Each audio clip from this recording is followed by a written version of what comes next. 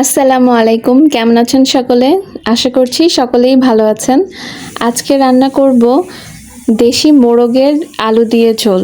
তো আমরা এখানে দেশি মোরগ নিয়ে নিয়েছি, তো সেটাকে ভালো করে পুড়িয়ে নিচ্ছে আমার শাশুড়ি আম্মা, যাতে করে এর লোমগুলো ভালো করে ছাড়ানো যায়। এরপরে আমরা ভালো করে মুরগিটা কেটে ধুয়ে নিয়েছি এবং তার সাথে যে আলু দিব সেটাও নিয়েছি। তো প্রথমে যেই পাত্রে রান্না করব তাতে কিছুটা তেল দিয়ে নিলাম এবং কিছু পেঁয়াজ কুচি দিয়ে তার সাথে গরম মশলা, এলাচ, দারচিনি, তেজপাতা এগুলো দিয়ে একটু লাল লাল করে ভেজে নিচ্ছি। তো পেঁয়াজটা লাল লাল করে ভাজা হয়ে গেছে। তো এখন আমি দিয়ে নিচ্ছি 4 টেবিল চামচ পেঁয়াজ বাটা। এখন দিয়ে নিচ্ছি 1.5 টেবিল চামচ আদা রসুন বাটা, আর দিয়ে নিচ্ছি 1 টেবিল চামচ জিরা বাটা। এখন মশলাগুলো ভালো করে নেড়েচেড়ে মিশিয়ে কষিয়ে নিচ্ছি। এই পর্যায়ে দিয়ে দিচ্ছি প্রায় 2 টেবিল চামচ মতো হলুদের গুঁড়া, আর দিচ্ছি হাফ চা চামচ মতো মরিচের গুঁড়া।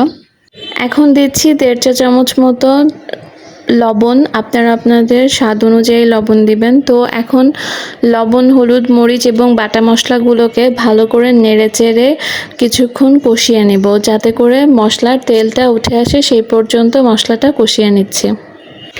এখন সামান্য পরিমাণ একটু পানি দিয়ে নিচ্ছি যাতে মশলাটা লেগে না যায়। তো এই সামান্য পানিটা দিয়েই আমরা তেল উঠে আসা পর্যন্ত অপেক্ষা করব।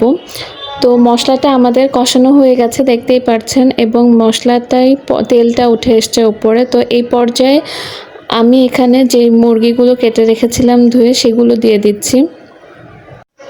এখন মুরগির মাংসগুলো ভালো করে মশলার সাথে নেড়েচেড়ে মিশিয়ে নিচ্ছি।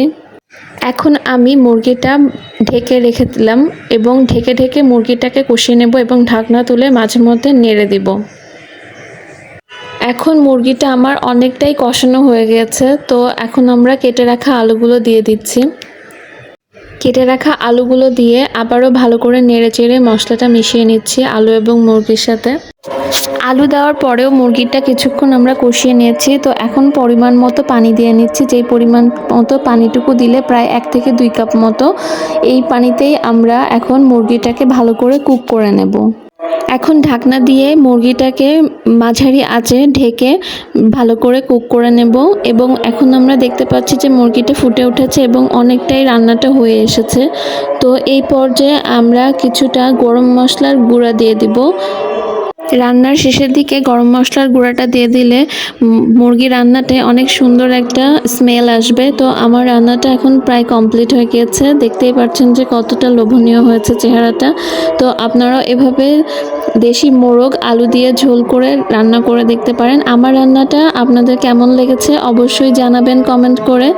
তো আজকে আমার এই রান্নাটা যদি ভালো লাগে তো অবশ্যই লাইক, কমেন্ট, শেয়ার করতে ভুলবেন না। তো আজকের ভিডিওটা এখানেই শেষ করছি। নতুন আরেকটি ভিডিও নিয়ে আবার দেখা হবে।